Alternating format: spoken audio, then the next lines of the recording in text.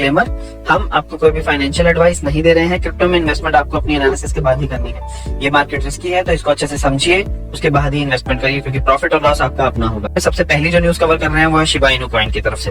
तो जो Shiba Inu coin है वो टॉप 20 क्रिप्टो करेंसीज में आ गया है। इसका रीजन शिप प्राइस ने जो 300% का गेन लिया है पिछले 9 दिनों में, तो उसकी वजह से यहाँ पर काफी जो उसकी जो मार्केट कैप है वो काफी बढ़ गई है। अगर उसकी मार्केट कैप की बात करें तो वो $11 बिलियन को क्रॉस कर गई थी।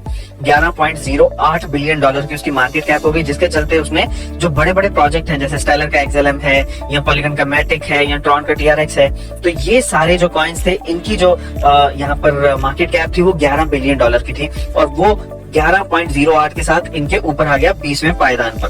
तो ये शिबा, अगर मैं बात करूं कि शिबा के लिए ये काफी बढ़िया रैली रही है इन 9-10 दिनों में। अब आने वाले टाइम पर अगर बात करी जाए कि इसका क्या बिहेवियर होगा या एक जो रीजन इसका, तो ये जो इलॉन मस्क ने यहाँ पर फ्लोकी फ्रंक पपी की जो अपने ट्वीट करी थी पिक्चर, उसकी वजह से शिब में ये इतना जंप जो है वो देखने को मिला था। अब आने वाले टाइम पर कहा यह जा रहा है कि शिबा जो है इसमें एक पैटर्न जो था वो देखने को मिल रहा है, और वो है ट्रायंगल पैटर्न।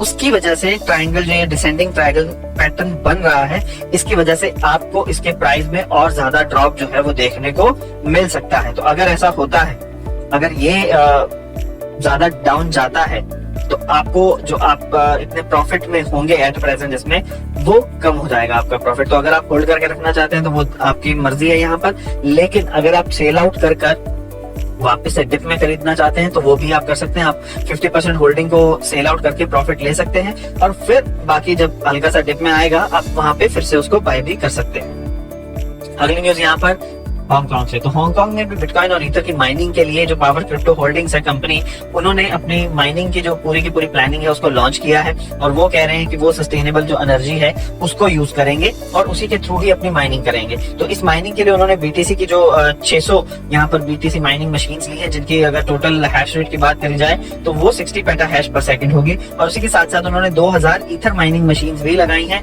जिनकी हैश रेट की जो पावर है वो होगी 1000 गीगा हैश पर सेकंड। तो अब अगर बात करें हांगकांग की, तो हांगकांग जो है वो रिलेटेड टू चाइना है, लेकिन फिर भी हांगकांग अपनी अलग एक जुरिस्डिक्शन रखता है, और जो एक तरीके से लॉज हैं उनको सेपरेट आउट कर सकता है कुछ एक हद तक चाइना से। तो अब अगर वो अपने पास यहाँ पर माइनिंग की बात कर रहे हैं, वही माइनिंग को अगर मेनलैंड चाइना में देखा जाए तो वो बैन है पूरे बड़े लेवल पर।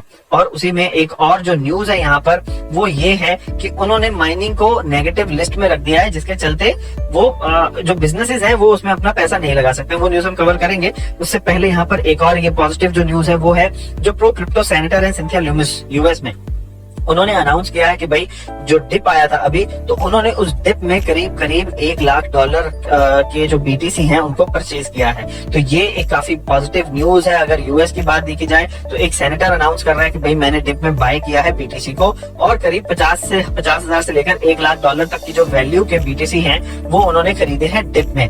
तो ये एक काफी बड़ी पॉजिटिव आउटलुक वाली न्यूज है यहाँ पर। तो जिस भी जगह के वो सेनेटर हैं, तो उस सेनेटर की जो अपनी जो लोकेशन है, एटलीस्ट उस लोकेलिटी के लोगों को तो पता चलेगा कि भाई हमारे सेनेटर ने भी बिटकॉइन में या इथर में या क्रिप्टो करेंसीज में अपनी इन्वेस्टमेंट करके रखी हुई है। तो लोगों का एक जो विश्वास है वो थोड़ा बढ़ जाता है ऐसी चीजों से।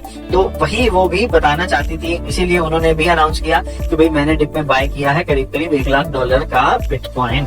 तो ये एक काफी पॉजिटिव आउटलुक वाली यहाँ पर न्यूज थी। अगली न्यूज जो इंडिया से आ रही है, तो इंडिया का जो एक टिकटॉक चैलेंजर है यहाँ पर चिंगारी, तो उसके को फाउंडर और CEO जो है उन्होंने यहाँ पर अनाउंस किया है कि वो जैसे एक्जी ने किया है गेमिंग के लिए, वैसे ही वो करना चाहते हैं सोशल प्लेटफॉर्म के लिए। तो इसके लिए उनको $19 मिलियन की फंडिंग जो है वो भी मिल गई है, और वो अपना सोलाना के ऊपर टोकन भी लॉन्च करना चाहते हैं और अपना मेननेट भी लॉन्च करना चाहते हैं। तो उनके अकॉर्डिंगली 2 नवंबर को उनका जो टोकन सेल है उन्होंने शेड्यूल उसका किया हुआ है, और उसके बाद मेननेट लॉन्च भी उनका नवंबर मंथ के एंड तक हो जाएगा। और ये प्लान उन्होंने सारा कर रखा, और वो अपना जो टोकन है उसको लॉन्च करने जा रहे हैं सोलाना के ऊपर। तो अब आने वाले टाइम पर अगर ऐसा हो रहा है, इंडियन कंपनीज एक्सपैंड कर रही है, ब्लॉकचेन में जा रही है, और अगर बात करें यहाँ पर तो वो अपना टोकन भी लॉन्च करने वाले हैं। तो इससे काफी बेनिफिट जो है वो इंडियन मार्केट को मिलने वाला है, और क्रिप्टो के इकोसिस्टम को भी मिलने वाला है। अगली न्यूज जिसकी हम बात कर रहे थे पहले, जिसका रेफरेंस दिया था कि चाइना ने क्रिप्टो करेंसी माइनिंग को भी नेगेटिव लिस्ट में ऐड कर दिया है। तो अब उससे होगा क्या कि कोई भी अगर फॉरेन इन्वेस्टर है या चाइनीज इन्वेस्टर है, वो माइनिंग में अपना पैसा नहीं लगा सकता है मेनलैंड चाइना में। तो अब इसी के ही रिगार्डिंग हमने वो दूसरी न्यूज आपके साथ शेयर करी थी कि हांगकांग में वहां पर माइनिंग के लिए मशीन सेटअप्स हो रही हैं और वो जो कंपनी है वो अपना पूरा एक सेटअप लगा रही है माइनिंग का, और वहीं चाइना में वो बैन हो रही है। तो चाइना और हांगकांग वैसे तो एक है, लेकिन अपनी उनके लॉज अलग हैं। तो इसी वजह से हांगकांग में अलाउड हो रही है वो चीज जो चाइना में पूरी तरीके से यहाँ पर उसको नेगेटिव लिस्ट में ऐड कर दिया गया है कि भाई तुम पैसा भी नहीं लगा सकते हो किसी भी माइनिंग फर्म के अंदर भी।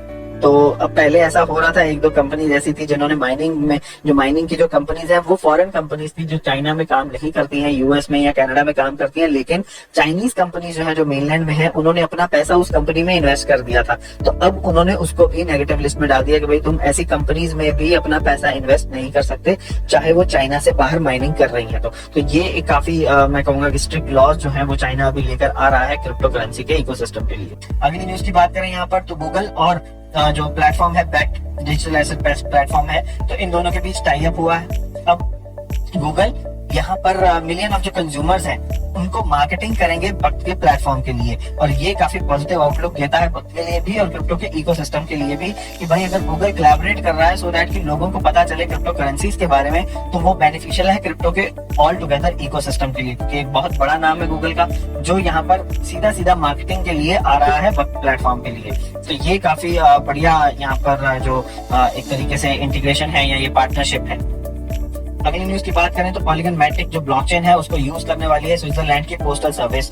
वो यूज करने वाले हैं, वो अपनी पोस्टल जो उनकी पोस्ट हैं, जो उनके पोस्ट नहीं जो उनकी स्टैम्प्स हैं, वो उन स्टैम्प्स को यहाँ पर लॉन्च करने वाले हैं एनएफटी प्लेटफॉर्म्स, मतलब एक एनएफटीज की तरह। और उसके लिए जो उन्होंने प्लेटफॉर्म यूज किया है वो प्लेटफॉर्म यूज कर रहे हैं मैटिक का। तो ये मैटिक के लिए एक बहुत बड़ी इंटीग्रेशन है यहाँ पर। तो स्विट्जरलैंड जो अगर बात करें जो स्विस पोस्ट है वो अराउंड हर साल 50 नए स्टैम्प्स लॉन्च करती है। तो इस वजह से कहा यह जा रहा है कि भाई हर साल 50 नई स्टैम्प्स लॉन्च होंगी मैटिक के प्लेटफॉर्म के ऊपर जो स्विस की होंगी। तो ये एक काफी पॉजिटिव आउटलुक दे रहा है मैटिक को, क्योंकि मैटिक की इंटीग्रेशन ऐसे प्रोडक्ट के साथ हो रही है जो कंटिन्यूस है हर साल अपनी एक्सपेंशन में। तो उससे आने वाले टाइम पर मैटिक के प्लेटफॉर्म को भी बेनिफिट होने वाला है। तो फ्रेंड्स ये थी हमारी आज की न्यूज अपडेट। कैसी लगी आपको अपडेट जरूर बताइएगा, थम्स अप का आइकन भी प्रेस करिएगा और कमेंट्स में भी हमें बताइए, और उसी के साथ साथ चैनल को अगर सब्सक्राइब नहीं किया तो वो भी कर लें और बेल नोटिफिकेशन का आइकन जरूर दबाएं ताकि आपको वीडियो की नोटिफिकेशन टाइमली मिलते रहे। तो मिलेंगे आपसे अगले न्यूज अपडेट में, तब तक के लिए thank you very much friends. साल 2009 जनवरी की है बात, क्रिप्टो करेंसी की नई शुरुआत। दुनिया अनजान थी कितनों को ज्ञानी के बिटकॉइन फेर देगा पूरा इतिहास।